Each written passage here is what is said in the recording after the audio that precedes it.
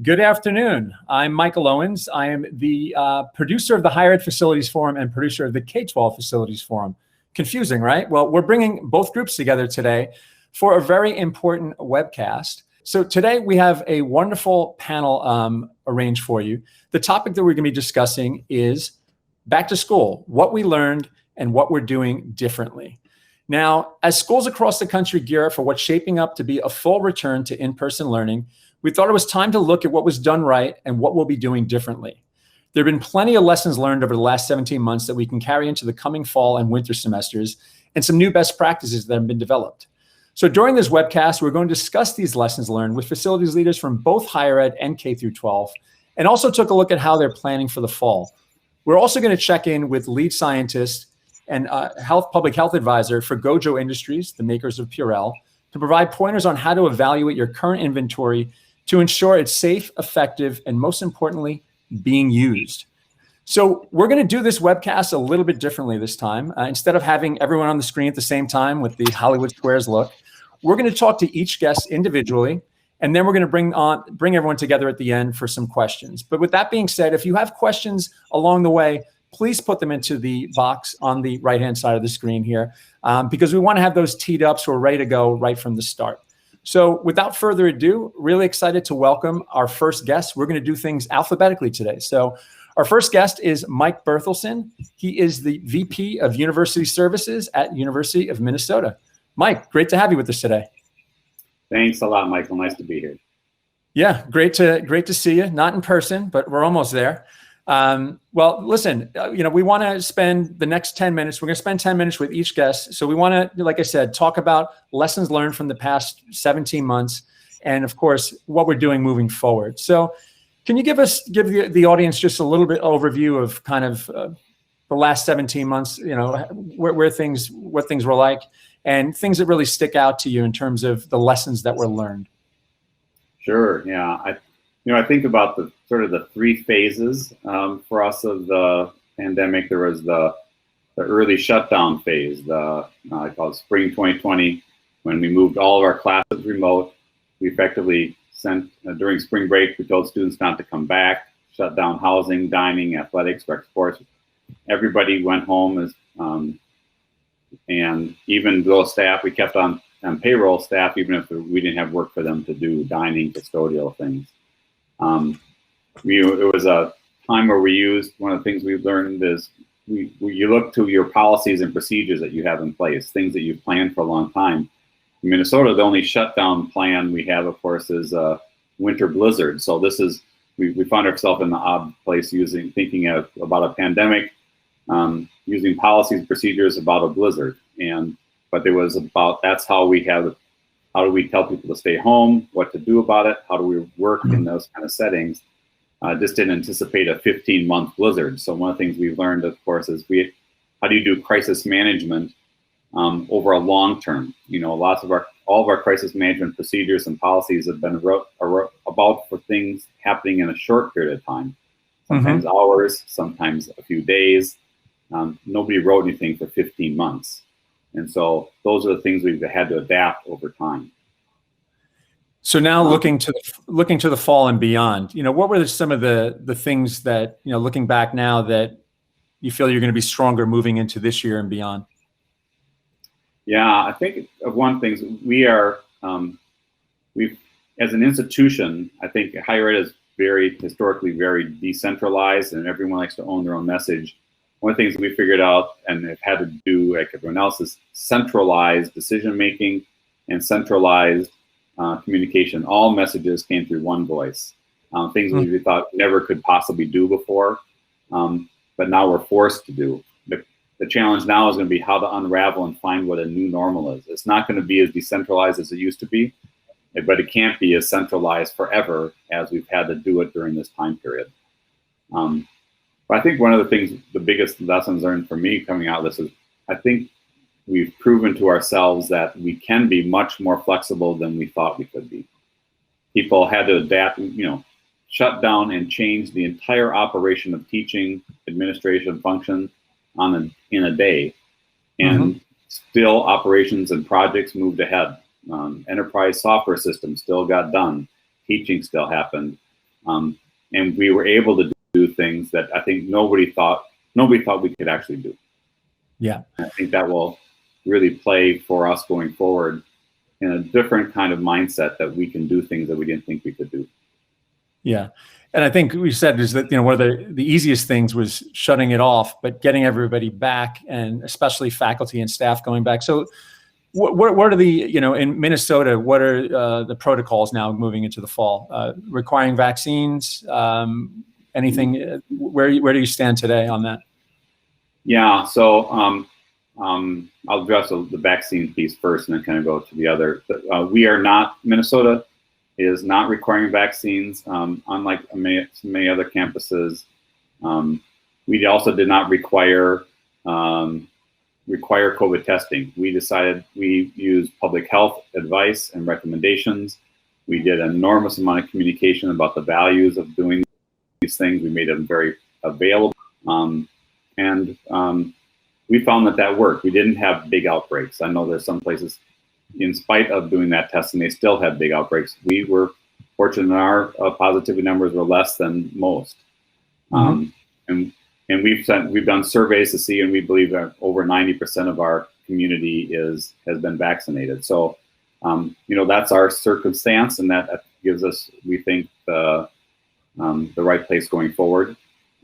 So we continue relying on a public health education and communication process, and then have not gone to the requirements. You're right that opening up has taken us dramatically much more time, and is nuanced. You open up and then you pull back. We've created a whole series of websites, and as a single point of truth, all information and answers are at one spot, so everyone knew where to go. Individual units, departments, clinics had to create what we call the Sunrise Plan that had to be reviewed by our University of Health and Safety. And that became a means and a method by which there was a central point of review that we're doing things right, we're doing things safe as we open up any given thing. Can you share a bit more about the Sunrise Plan? Because from what I understand, there's something like the number was like 3,000 individual. Is that correct? The separate individual plans were created. Each dean had to submit their own plan. Can you share that with the audience? Yeah, every PI, if they wanted to open up their lab, had to have a Sunrise Plan for their lab. How they would behave, any research assistant, any student, you being in that place, what were the procedures that were going to make sure that lab could be reopened. So every PI, every department, every clinic, everyone had to submit their own Sunrise Plan to be reviewed by their department, their college, and ultimately our Central University Health and Safety. And we use that same approach when it came to youth camps, when it came to athletic events. That really became the foundation. We created very quickly we're able to stand up a Google form that could easily be directed to the decision makers and pass through the approvals.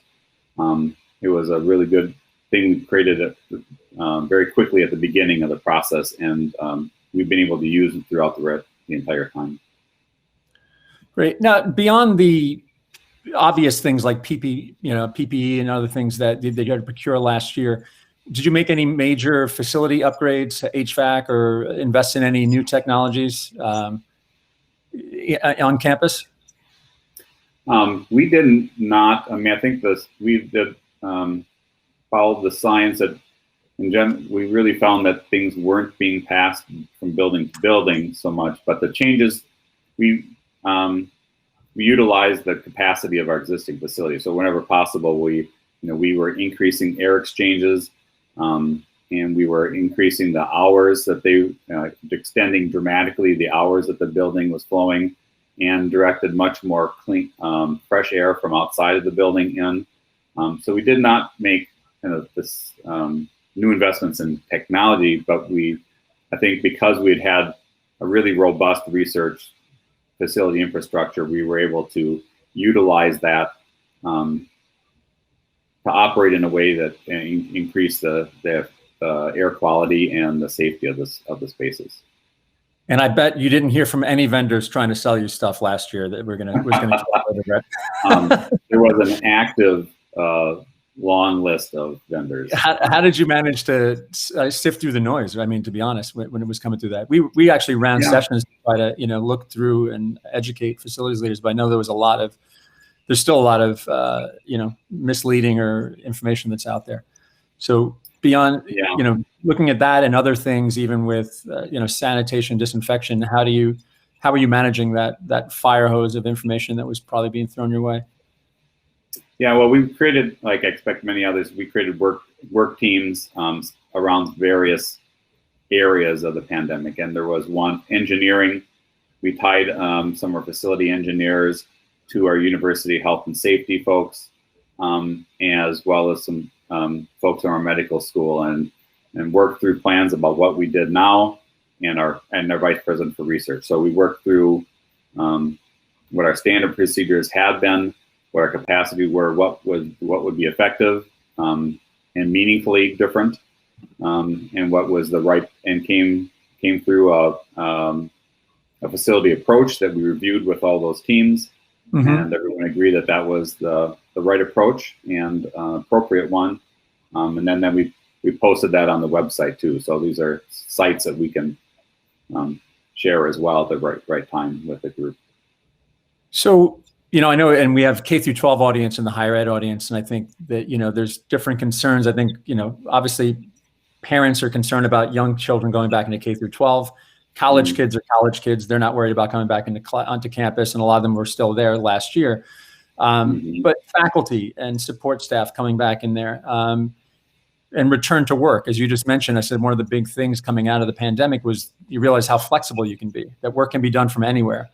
So how is the future of work going to look like on the University of Minnesota campus? Are you going to have a hybrid? Are you allowing for more remote work? Do you anticipate seeing a shift in that capacity? Yeah, there is. We've created a work flexibly program. Of course, like everyone else on this call, a great deal of our staffs were continuing to work on campus through the entire time. So for them, returning to work isn't really the phrase, it's continuing to work for the jobs that have to be on site. And it's important that we are trying to recognize and honor the work that they did during that time. But for those who were doing their part by staying away from campus so the campus wasn't as dense, and to help make it a safer place for those that did have to work on campus as well, we do have more flexibility programs. And Minnesota is taking the approach that we're going to take the next 6 months to do a lot of experimentation, and we're allowing we have some parameters and sort of benchmarks for what departments and individuals can do, but we're leaving it up to departments, colleges, administrative units to largely set and try to figure out what works best and what's possible in their unit. So we're not making dramatic, radical, or permanent change, because we all knew what it was like to work in person. Now we figured out what it's like to work remotely. And now we're going to create yet a third one, which is what does the hybrid look like? And that's going to take a little bit of time. Well, great. So we only have time for one more question in this segment, and I have some additional ones I wanted to get to, but we'll save those for the end. And I don't want to hold up all Clarence Carson's fans that are waiting for him to pop on the screen now.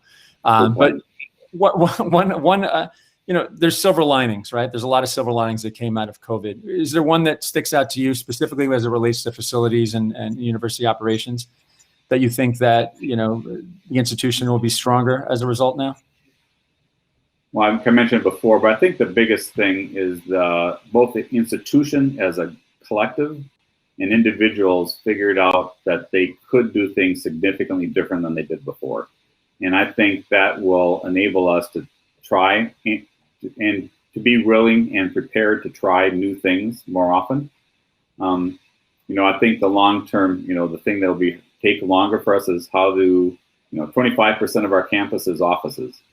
And that's a space that people have always used the least, and this process just proved it. Over time, I think we will see dramatic changes in that, but that, again, it's hard to turn on a dime and shift that much space in a moment, but I think that those are the things I'd say. Well, great. Listen, Mike, thanks so much for joining us here. We're going to send you to the back of the screen for a bit, and we're going to bring you back at the end for questions. But thanks so much for your time. And for the audience, again, if you have any questions that you have specifically for Mike or for any of the guests, please send them in now, and we'll get to them at the end of the webcast. So joining next is Clarence Carson. Clarence is the Chief Facilities Officer for Chicago Public Schools. How's it going, Clarence? It's going well, going well. Clarence, can you show the audience where the left side of the screen is?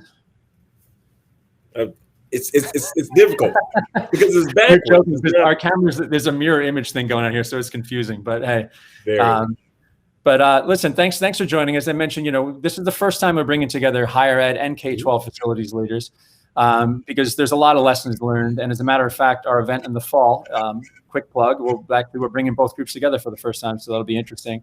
But can you just quickly, tell the audience, share with the audience kind of what went down in Chicago Public Schools? I know that, how long you were closed and when you reopened. Yeah. Well, first, again, thank you for having me. First, I want to say that being the school district here represented, I guess I really appreciate that as well, having us here to be the K-12 school district, being the fact that I'm the only school district on here. I'm the largest school district on this presentation then. I know that there are two other school districts that claim to be bigger than us, but they're not on this call, so they can't take credit for being the largest. I think that's a shot at John Shea. Is that what's going on right now in New York? John and this other guy named Mark in LA. We're recording this, so don't worry. We'll just tag him in a social media post. But So as the largest school district in the country, in parentheses on this presentation, we went through a lot. Our first case actually was March 6th, 2020. Not hard to forget.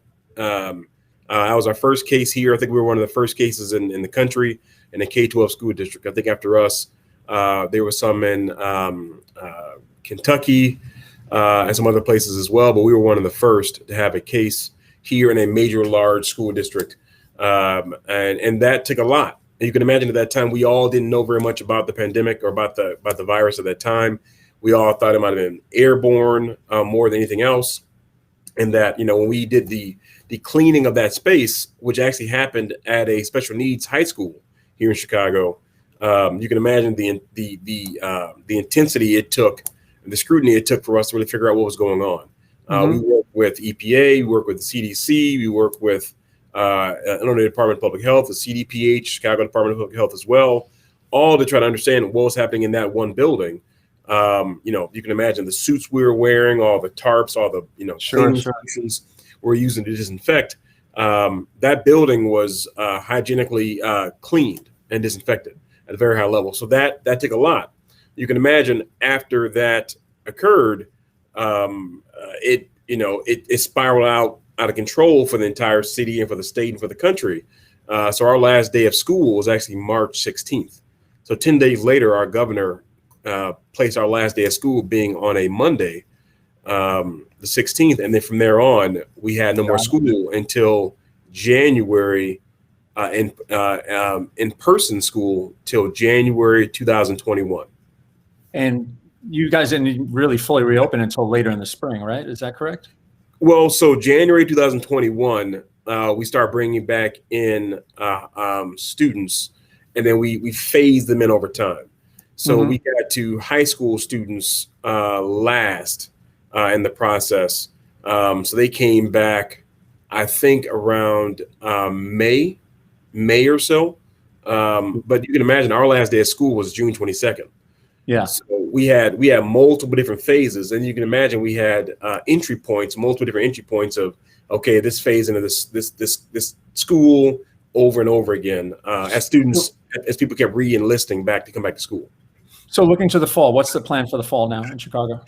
Well, if you look backwards first, what our plan was, we procured, $3.5 million dollars were spent in sanitizer and soap. Over 500,000 hand sanitizer dispensers were placed all around our buildings. We placed somewhere around 100,000 containers of disinfectant wipes. We bought over 1.5 million signs, either stickers on the floor or on our entire buildings. We bought over 2 million cloth face masks, not even counting the disposable face masks. We made heavy investment in that, HEPA air filters, air purifiers, as well as investments in mechanical systems and so on. For the fall this coming up year, CDC guidelines just changed again. Just came out with an update for K-12 especially, and daycares and so on, that 3-foot distancing is what they're going for. But of course, that's for people who are vaccinated or not vaccinated. We're not going to have to wear a mask. Well, we have a plan, Chicago Public Schools, to come back in person, 100%. So with that being the case, we're now trying to configure everything, how we're going to manage it all. So, and we're going to be talking with, Dr. Dawn Yeomans later from Purell, who's thankfully sponsoring this webcast. You mentioned that you procured a lot of sanitizer, and what are you going to do with all that in the fall? Well, you know what? We procured a lot of stuff. We procured a lot of all the things I just mentioned to you now. We always kept a surplus of materials at our centralized warehouse and other locations around the district, because we knew we had to be ready for whatever came up. Right now, we plan on using all those materials again for the fall, still providing three cloth face masks for students again, providing sanitizer in all the same spaces, the classrooms, the hallways, designated locations, still having all the other materials all available, all the signage and everything as well for students to come back, because we still want them to be safe. All the soap and everything else as well, all being present.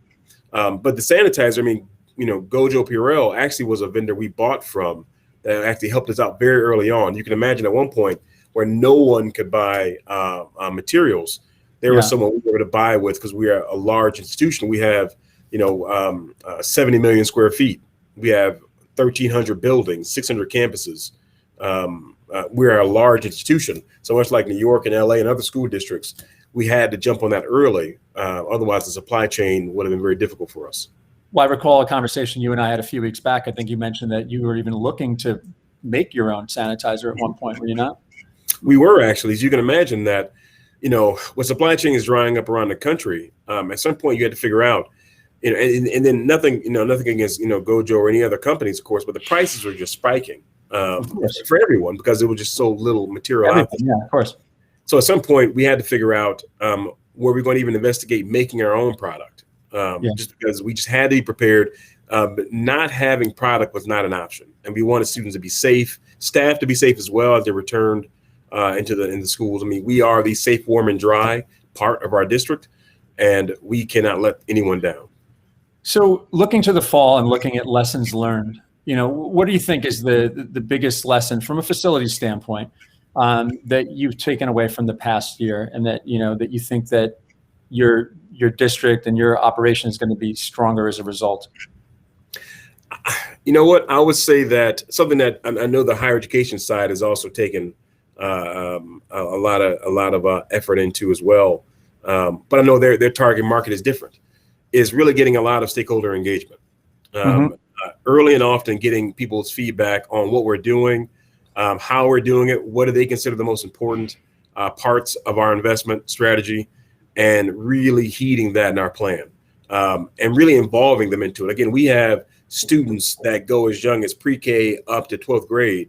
And then, of course, we have the parents, the families, we have the staff, and of course, we have the unions and other people and so on, whereas higher education has more adults. But at the same time, we have to account for all their input into our plan. So one, their input constantly. Next, we're investing, and we actually just came out today, we're investing another $100 million in our mechanical system readiness for indoor air quality preparedness for the fall. Indoor air quality is a big deal, of course, for us. Water quality, indoor air quality. So that level of investment continuously as well. And that's a heavy lift. And when you got aging buildings, and it's not just one college campus, you're across the whole metropolis there. What are what type of upgrades are you doing? Are certain specific technologies that you're investing in? So I know a lot of people around the country are using UV and other items as well. So far, we focused on the air purification systems locally in the spaces. So again, we focused on three different areas of air ventilation. Mechanical ventilation, make sure the mechanical system works and has a MERV 8 or MERV 13 system, depending on what the building can accommodate. So we don't want to have a pressure drop in the building, but we also want to have as much air exchanges as possible. So we have that system working as designed, make sure that that works properly on, like you said, aging building stock. Then we have natural ventilation coming through our windows, make sure that's coming through continuously as well, having working window systems, and then having the localized in the classroom, the air purification systems as well. So making sure we have enough of all of that to not only meet, but also exceed the air exchange rates that CDC recommends. So for the fall, we're also going to have, so cloth face masks will still be a part of our strategy. Sure. Make sure all those things are in place, make sure everyone stays safe. All right. Well, listen, Clarence, we're out of time for this segment, and I've got a bunch of other questions. We got to save this for the end. Specifically, I'd like to get into what plans could be where, unfortunately, if the variants start going up, the plans you have to go, roll back. But we'll save that for the end. So, but thank you, and we'll see you in a few minutes. Well, Mike, just to clarify, if it's a question, these degrees are real. No, Okay. you bought that. I saw that in the back of Target. Those are those frames. The frames are in Target, but the degrees are real. No, thanks, man. I'll see you in a few minutes. Yep. Okay, so our next guest is Don Sundgren. Don Sundgren is the AVP and Chief Facilities Officer for the University of Virginia. Don, you there? I'm here. Thank you. All right, you're not falling asleep. We're keeping you engaged. How can you fall asleep when Clarence is talking? It's impossible. It's great. Well, listen, Don, great to have you with us. I know it's been a few years since we've actually had you involved in something with HEF.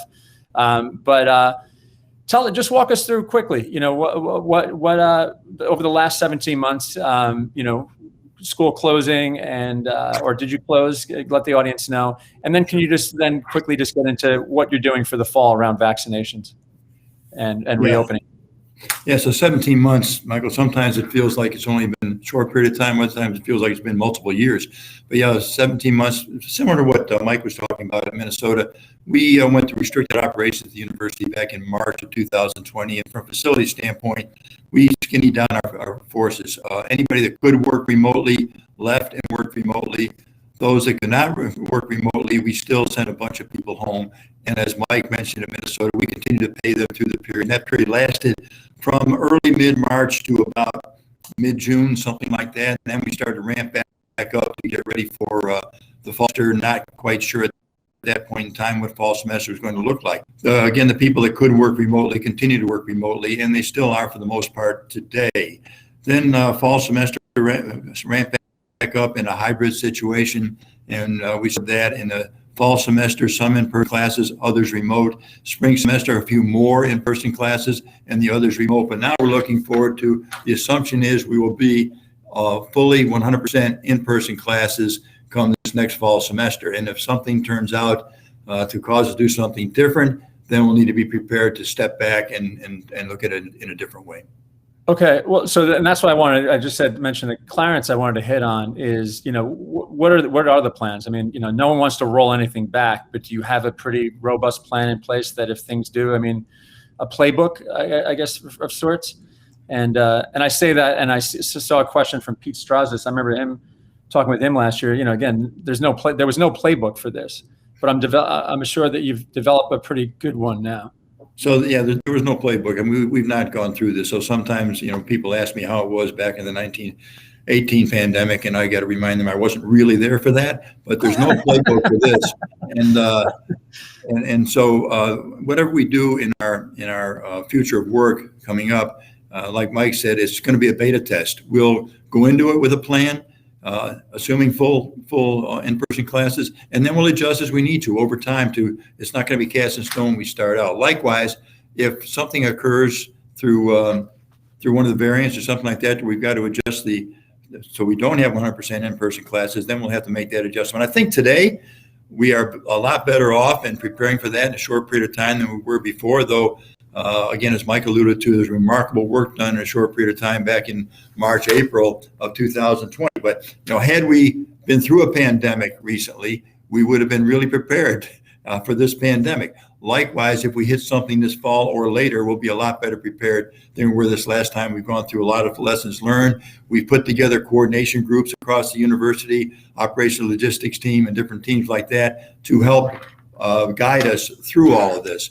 Likewise, the university is putting together their guidance for the future of work here at the university, and each of us are developing our plans for that. For the university is going to provide guidance, not mandates, and for within facilities, each one of our groups, we got call it 8 or 9 groups, are putting together their own future work plans for this fall semester, and then we'll adjust as we need to. Those plans will include a certain amount of synchronous time, a certain amount of time on grounds, and they based upon certain criteria: what's right for the business, what our personal preferences, how do we continue with the right kind of orientation, training, communication, interface, and all that. Dropping back, when I think back in the spring and summer, and then on through, people back in the spring when this thing hit said, well, by June, July, we'll be out of this. We'll be back to normal. That was some major denial going on there, but or lack of experience, lack of knowledge. But like our president said, this is going to be a marathon. It's not a sprint. It's a marathon. And so I think along the way, it was important to deal with fatigue that people were feeling, both those here on grounds and those remotely, not physical fatigue so much as mental fatigue, and all the energy it took just to do what we today think of it, well, we used to think of as normal. Just to do that took so much more energy. And the Zoom meetings, you get the Zoom fatigue, 6-7 hours Zoom meetings a day, a little bit wearing after a while. So I think those are the things that come to my mind, Michael. So, and we talked about this the other day.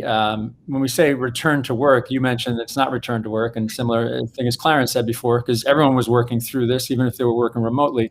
But bringing people safely back onto campus that were not there and they got used to working remotely. Where do you see? We've run a lot of roundtables, for half and K through 12 about this topic. And I know a lot of facilities leaders and institutions are salivating the opportunity to drop some space. What are you doing there in terms of did you see any opportunities to consolidate some space? Yes, some, and within facilities probably not hugely. I think some of the other organizations around grounds can see probably a few more opportunities, like human resources, some central human resources, some like that. But for facilities, we're going to require that the people are back on grounds a certain period of time, like 3 days out of 5, and certain core hours, like 9 to 2:30, whether it be remote or beyond grounds, they've got to be present. They got to be active. So I think we'll go into it that way. But along the way too, though, we did wind up moving some spaces around, creating more hoteling space. And like others, we learned that you can be effective with remote work. I think the caution there is we can't think in terms of as long as the tasks are being done and being done efficiently, therefore remote work is a success. Not necessarily. It can be a success at that level, but there's also team building and everything else that goes into having a really vital and robust organization that we've got to deal with as well. Yeah, 100%. And we actually, we run an event called Workspaces that we were, of course, prior to the pandemic. And now the future of hybrid remote work. I mean, the technology and the tools are there, but culture and team building is not easy to do when we're on a screen like this. So Don, as I referenced before, within K through 12, there was a big confidence challenge there, right? Is school safe for my bright young child? For college students, it wasn't so much, but obviously for the faculty. But what are things that you're doing to instill confidence in the folks that are concerned, that could be vulnerable, your faculty and staff coming back onto campus, that the campus is safe? College kids are going to be college kids. So are there any things that you're doing to educate and communicate with them, the procedures that you have in place and the investments that you've made? Yeah, so we have made investments, and like Clarence mentioned around, and Mike also around our mechanical systems and all, we have done that. But we've done a lot of communicating. The university has done a lot of communicating with students, faculty, and staff about the protocols that are going to be they're carrying on now and going into the fall semester, and what we're going to do to keep people safe. And also what we're going to do if there's a reversal from what we see right now, if we cannot go 100% in person, what kind of criteria will we be meeting if we can't do that? How will we comply with what the needs are? So we are doing that, Within facilities, we've had really mixed feelings. Some people really want to get back to work full time, or at least a lot of time. Others are anxious about doing it, anxious about getting back into a workplace with other people. And so we've got about 1,200 people altogether. Of those, there's about 150 that are able to work, 150, 200 that are able to work remotely. So we're really dealing with those on a unit by unit basis, and trying to deal with individuals too, not just deal with it globally, but each individual has their own feelings. We got to be sensitive to the people that worked here on grounds all the way through the pandemic, and then also sensitive to those that worked remotely. They both did a great job, but in a different way. And so we've got to be understanding of both. Yeah, definitely. So we only got a couple of minutes here left before we get to our scientists from Purell. Silver linings. Any silver linings for you of the pandemic? Did maybe you improve your golf game? You get a chance to improve your golf game a little bit, or? I'm sad to say my golf game is beyond. That ship has sailed. That ship is totally sailed. That's right.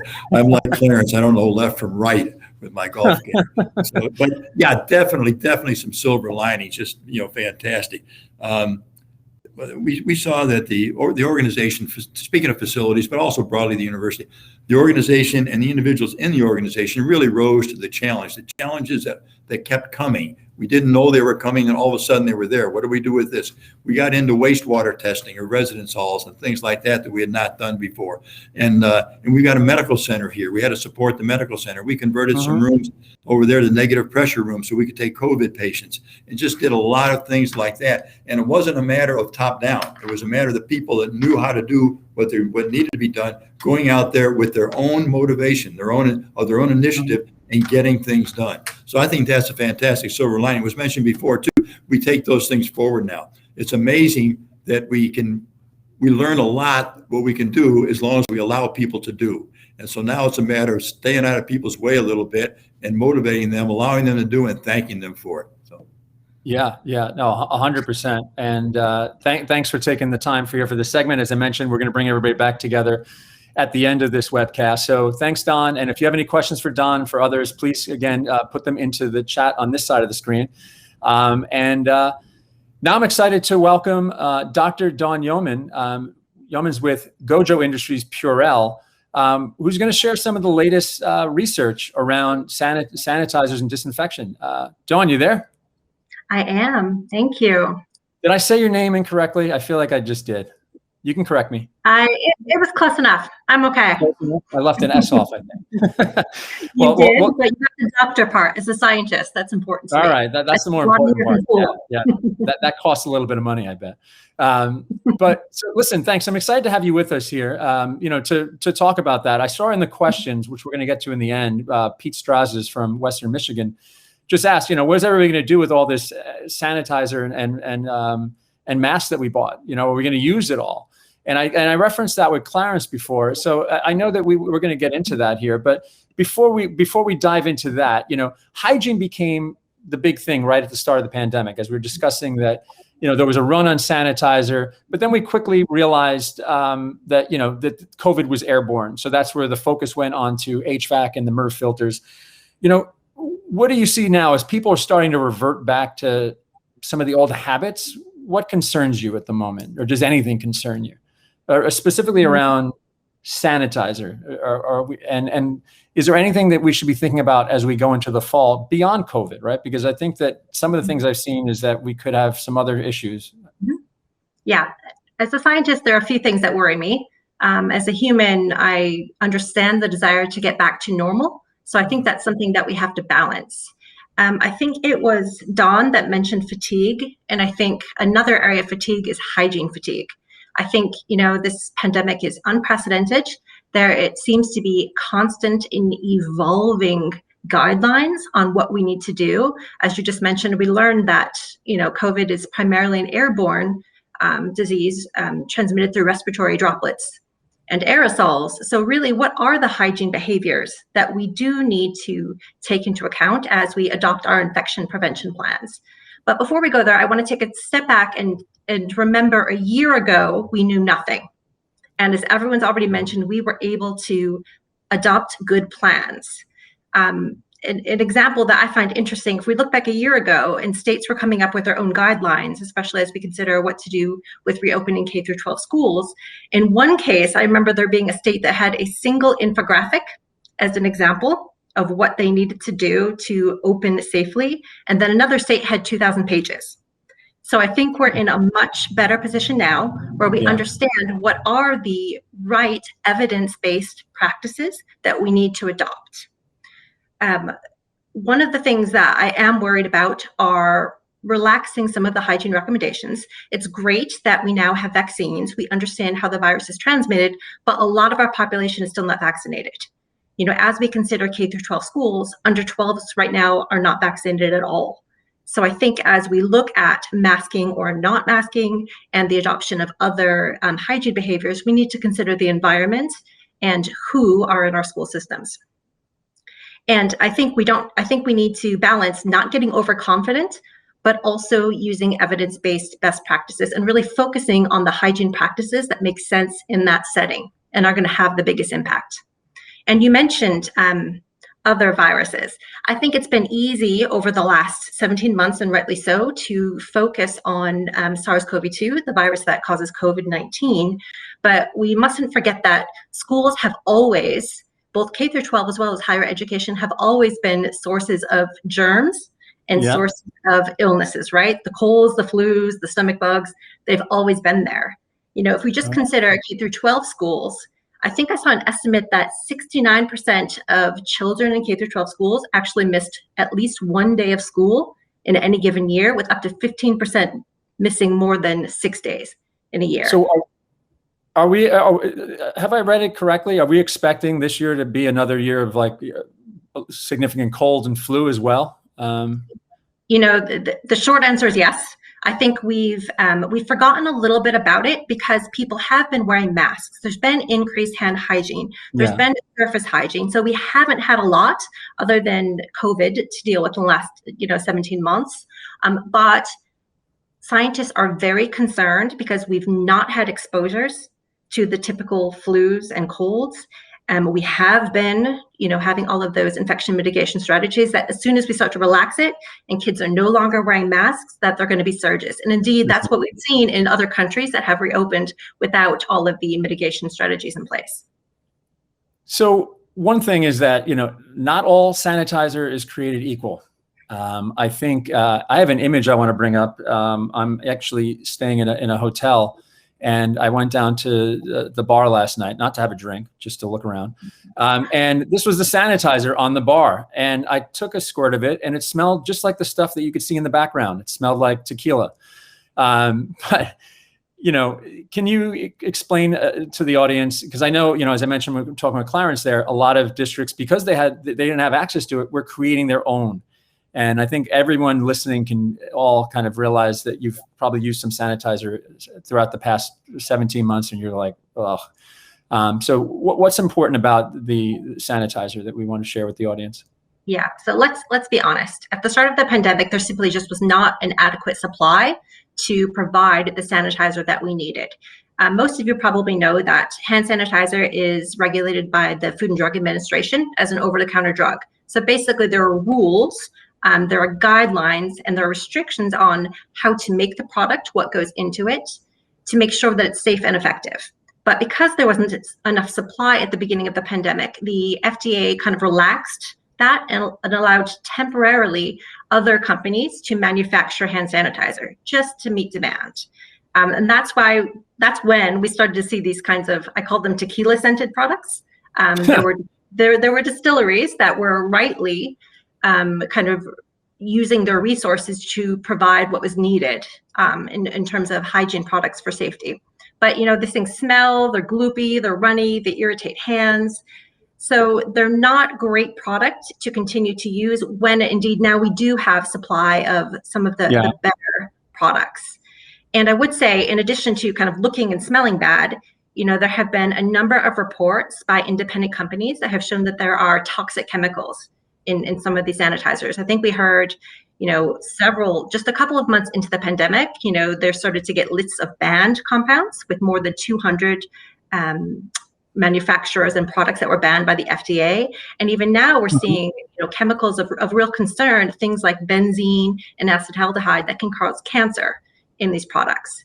So we've got chemicals of concern. Some of them don't have the right types of alcohol. You heard about methanol or wood alcohol. We also have a lack of labeling. So there are false claims, because it's a regulated space, there are only certain types of claims that can be supported. And some manufacturers are making crazy claims. So I know a lot of you, and we've heard already, are sitting on surplus product. So what I would say is just having product is not enough. You need to make sure that it's a safe product and it will be effective and, importantly, will be used. Yeah. So is there anything what makes people more likely to use a particular hand sanitizer? I mean, I'm not going to say here, look, thank you guys for sponsoring, but I know if I see Purell, I'm going to go for that more than often if I see something like the one I just showed in the image. Absolutely. So sorry to interrupt, but I think it's really easy. I start where you just started. That would I use this product? When you look at it, you want a product that has great aesthetic quality. So smells good, feels good, isn't gloopy, isn't running. You want a product that feels good in the experience so that people are willing to use it and reuse it again. So for example, if it's a product that really irritates and dries out your skin, nobody's going to use it, right? And then of course you need to have it placed in the right places. And what about expiration dates? Oh, there are so many things that you need to consider, right? So all of those things I just said, you need to, and especially those of you that are sitting on surplus product, look at the expiration date. If it's beyond the expiration date, it will not be guaranteed for safety or efficacy. So that's a really important one. And we'll talk a little bit more, I think, about a bulk, and maybe we've got some pictures. But one of the things I worry about as we're topping off, or the practice of topping off bulk refill became really popular this year, again, because there wasn't a lot of product. And that's where you lose expiry dates. If you're just piling product on existing product, you have no idea what's in there. And you have no way of knowing whether it's still in date and going to be effective. So it's a no on bulk refilling? It's a no on bulk refilling. There are a couple of things that's wrong with it. Not only do you lose the expiry date, but you also potentially have alcohol evaporation. So most of the dispensers I've seen that people are bulk refilling are actually soap dispensers. So soap dispensers don't seal tightly enough to prevent alcohol from evaporating. So if you get below, the FDA, you should be looking for a product that has 60% ethanol or 70% isopropyl alcohol. And if you have evaporation, you don't have those levels, so you're not going to get the efficacy that you need. We already talked about the chemicals of concern. Obviously, if you're mixing, again, you have no idea what's in there. Contamination is a problem. Again, expired product. There are lots of concerns around bulk, and actually it's banned. If you think about bulk being used in soap dispensers, that's a banned practice because there have been so many problems with contamination and bacteria found that the FDA has banned that activity. Hand sanitizer, it's never actually been seen before. This practice of bulk really just emerged during the pandemic because, quite frankly, people didn't have other options at the beginning of the pandemic, but now there are other options. That's really insightful. So we only have another minute just before we bring the group together. But I do want to speak about disinfecting surfaces, right? Because, not just talking about hand sanitizer, but we were all, again, when the pandemic first started, it was all about disinfecting. My wife was like, putting Purell on apples at that point.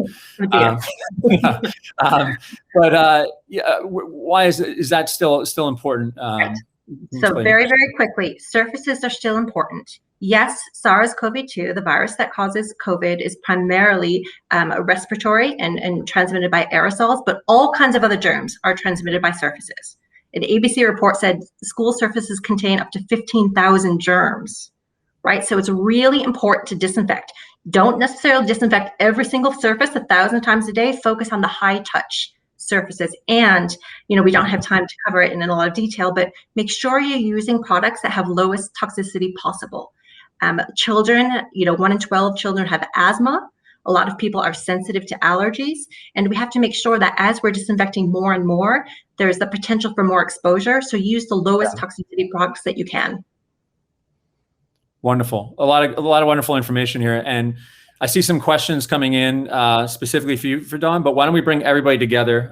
Because a few of the questions are related, as I mentioned, to what are people doing with the extra surplus. And can we bring everybody on? Is everyone still there? There's Don and Clarence. There we go. All right, guys. Well, again, a lot of useful information in here, and thank you, Dawn. I think that's really great information. Mike Wilson is asking, alcohol-based hand sanitizer versus non-alcohol-based hand sanitizer. Does that anything you want to share there? The CDC currently recommends an alcohol-based hand sanitizer containing either ethyl alcohol or isopropyl alcohol only. Okay. Wonderful. And then back to Pete Strauss's question, which he was asking for everyone. He said, what is everyone planning on doing with the extra masks, wipes, and sanitizers we have in stock rooms? Is that an issue for anyone? Do you have rooms filled with it? And if you do, if anybody needs some, maybe we can do a little sale here right now. Well, I'll say for us, we have a lot of them. We've been really lucky to have, or blessed to have donations as well. So not only do we buy a lot of the product, corporations or entities, hospitals, whoever might have had them, have also donated to us as well, which has been a great help to us. So it helped our bottom line, but also helped us have sufficient number of product. We plan on distributing them. We've been distributing them all over the summer. We plan on distributing them again in the fall and the spring as well as part of our strategy. Yeah. So, Michael, we're maintaining an inventory here at the university that we think we need to keep on hand for use in the fall, and if something were to occur, we'd be prepared. But the other thing, other supplies that we have, we're looking for places that to whom we can donate those supplies as well, that might be able to make use of them. Particularly we're going to send them to Chicago. Particularly, there we go. Particularly, there's a reason to bring everyone together. We fabricated a lot of acrylic barriers during that time. And we've got those, now we've gathered them back up for the most part, and we've got them stored, and glad to have others make use of those as they see fit, because not just for a pandemic, but for other uses as well. So we're going to maintain the inventory, but Dawn brings up a good point, and Clarence did as well, pay attention to the expiration dates. We have done that, and we continue to try to keep our supplies with expiration dates, try to keep them fresh as best we can. Yeah. Just to clarify, that same expiration date part also is applicable to the wipes as well. So we have containers of wipes. Of course, some of them dry out. We try to monitor that too, to make sure that they're constantly being used and being sealed properly inside of our classrooms. Again, we have, 50,000. Well, we have 355,000 students. We'll have 50,000 spaces, 25,000 classrooms alone. Each classroom has a tub of wipes in them that we're monitoring, as well as the offices and other spaces as well. So we're monitoring them all to make sure they're all fresh constantly. So we have a question here from John Dines, and it's multiple questions. So I'm just going to jump into it because I think we're talking about cleaning products now. He's asking, what is the priority? Space and reservation management, is that a priority for anybody? And also sensor technology to support automated cleaning or anything like that. Is anybody doing that in their schools? We're not using any kind of automated cleaning. I'm not sure what kind of sensor that would pertain to. Yeah, John, if you want to maybe chime in and elaborate on that one. But back to the space and reservation management, the hoteling. Don, I think you hit on that you're doing. Mike, anything that you're doing with regards to that for a hybrid workforce? I'd say at this stage, I think we will end up doing some more of that. Units are all developing their plans. In fact, they're due next week to our Office of HR for how they're, who's going to work remotely, how often they're going to work remotely. Individuals have to work out plans with their supervisors. Those initial plans have to be communicated by mid-July, reviewed by HR beginning of August, and then would start in September. And we'll review that for the next several months. I think there's a lot of thought about what that will mean, but the facility part of it's going to lag. The HR policies have to go first, then the actual practice, and then we're going to see facility solutions to that. So that's sort of the order we go in. But our president's designated that she's prepared to move out of the administration building and find a different home and free that up for students. So that's a charge for us to try to figure out where to, we still need some space, but she's anticipating less for the administration. And so we do see that coming. Well, Mike, I'm sorry. It was one thing I wanted to make sure to clarify too. We only started having a return to work. Again, we use the phrase return to work, even though I really do like the future of work because we've been here through our department through the entire pandemic. We only start bringing staff back into our administrative buildings in June.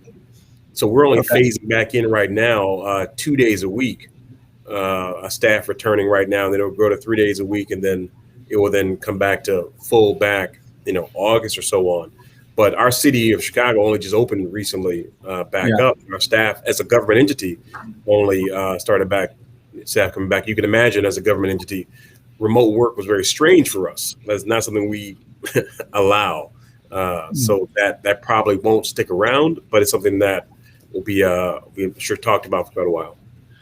Oh yeah, I think there's going to be, I'm sure you read the articles about the great resignation and other things that may be coming for institutions or organizations that are not going to support some, more remote work. That's for another webinar. But we only have a couple of minutes here to wrap up, and there's a lot to discuss. And I know there's no one size fits all solution to dealing with this, but the whole goal of this is to bring K through 12 facilities leaders and higher facilities leaders together just to share what's working. So hopefully a lot of people that are tuning in right now, what you're hearing is just validating certain things that you're working on at your campus or within your district. And of course, hearing the great insights from Purell around the do's and don'ts with sanitizer. To wrap things up,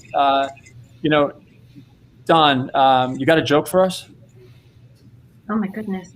I don't have a joke, but no, that was a Don. Let me see. Oh, good. Sorry. Good. There's Don and Don. No, that's on you. And that was a joke. I did not want to put Don on the spot. Michael, I was afraid that one was for me, and but I appreciate that. And knowing Clarence's reputation, I would like to defer to Clarence for the joke because this is his sweet spot. This is your sweet spot. I assure you, it is not. My daughter does not think I'm funny in any way. She tells me all the time, "Dad, you're not funny. My dad jokes are not funny." So I am not funny. But if I could leave with I say like a highlighted word, a key word I think all of us have learned in the pandemic and carry forward is collaboration. Something that I think we are a school district. So between us, we do not typically work as close with the Office of Student Health and Wellness, which is under education here. I know in K-12, we kind of put these departments underneath operations and education, not always in a very aligned way to other school districts, but the word collaboration is proven true no matter what. And I think that's probably been our key to all of our successes as being collaborative in new ways that we have not been done before, stretching. And before it might have been lessons learned, emerging lessons. And now it's lessons learned that we're carrying to the fall. And I'm glad we're able to share this with everyone here. Yeah, no, thank you. That summarizes what I was going to say too. So thank you, Clarence.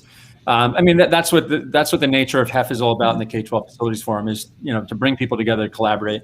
But I know on your campuses, Bruce Neville, who was formerly with ASU, said it perfectly, I think, in a webinar we did last year, is that he's never been, communicating more with all the constituents on his campus before, and we've heard that over and over. I think that's definitely one of the benefits for facilities or organizations coming out of this. Having a better seat at the table.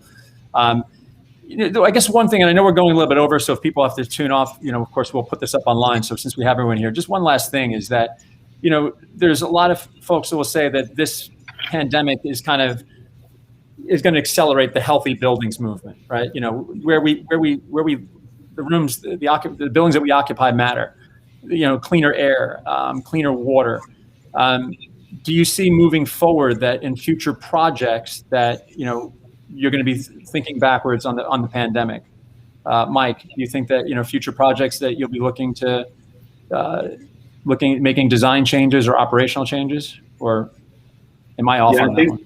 When I think about the mechanical systems, I think we're going to have to build them in with the capacity to be flexible. And we've been thinking a lot about energy conservation. How do you reduce the air exchanges for buildings to be more energy save energy? However, in a situation like this, we need to be able to ramp up. So you have to have, I think we have to make sure our facilities have that capacity to adapt to different realities. Yeah. Well, listen, thank you all for your time today. Again, it's great to have you all together. And as I mentioned earlier, we are planning our event in the fall. Higher Ed Facilities Forum returns November 7th through the 9th, and so does the K-12 Facilities Forum, and they're going to be at the same property. So hopefully we can get everyone here to join us. And we're going to, of course, keep the two groups separate for the most part. But later in the afternoon, we're going to do a tug of war and other things. No joke. But no, we're definitely going to look to bring some sessions together. And obviously the networking will be together as well. But of course, there's specific things we know for higher education and K through 12. But more importantly, I want to thank again GOJO Purell for supporting HEF and K through 12, supporting this webinar, and also they'll be at the events in the fall as well. So if you have not if you're not doing work with Purell already, what are you waiting for? Get that tequila-based sanitizer out of your schools. And one other plug is for the K-12 audience. We do have our mastermind coming up in a few weeks' time, August 11th, preparing for a safe return to in-person learning. So you can go to k12facilitiesforum.com and sign up for that. And you'll also see in the next couple of weeks, within the next 2 weeks, we will have the initial lineups and programs ready for the fall events too. So with that being said, thank you everyone for joining us, and be safe out there. Thank you. Take care.